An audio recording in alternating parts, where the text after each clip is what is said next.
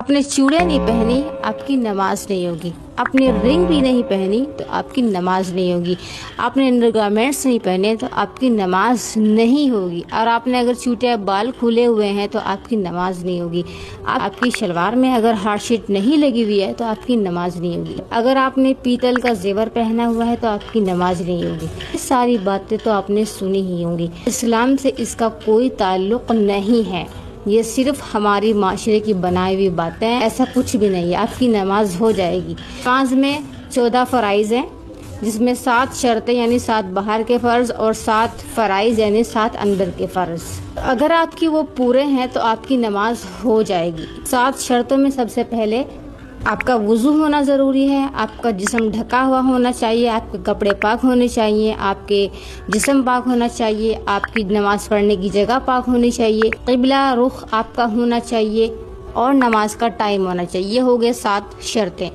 7 फ़र्ज़। नंबर 1 तकबीर तहरीमा का पढ़ना ज़रूरी है, यानी अल्लाह अकबर कहकर नमाज शुरू करना ज़रूरी है। आपको खड़ा होना ज़रूरी है। फ़र्ज़ और सुन्नत नमाज़ों में आपकी कुरान पढ़ना ज़रूरी है, यानी क़िरात करना ज़रूरी है।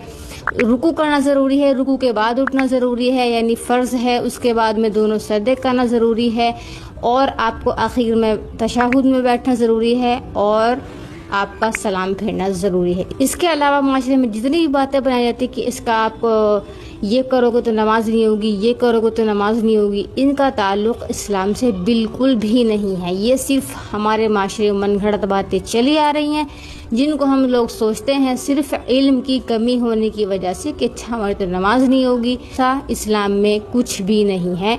आपके शर्तें फ़र्ज़ पूरे हैं तो आपकी नमाज हो जाएगी बिल्कुल। वीडियो उनको भेजे जो ऐसी बातें बताते हैं या जिनको कन्फ्यूजन है कि हाँ हमारी नमाज ऐसे हो जाएगी या ऐसे। जो भी कोई आपको नई बात बताए ना, उस पर आप ये 14 फ़र्ज़ फिट करें। अगर तो इनमें से वो है तो आपकी नमाज नहीं होगी। अदरवाइज़ अगर वो बात 14 फ़र्ज़ में फिट नहीं बैठ रही है तो इसका मतलब वो इस्लाम नहीं है, बल्कि वो हमारी और आपकी बनाई हुई बातें हैं। ऐसे ही मालूमात के लिए हमारे चैनल को सब्सक्राइब करें। जज़ाकल्लाहु खैरा।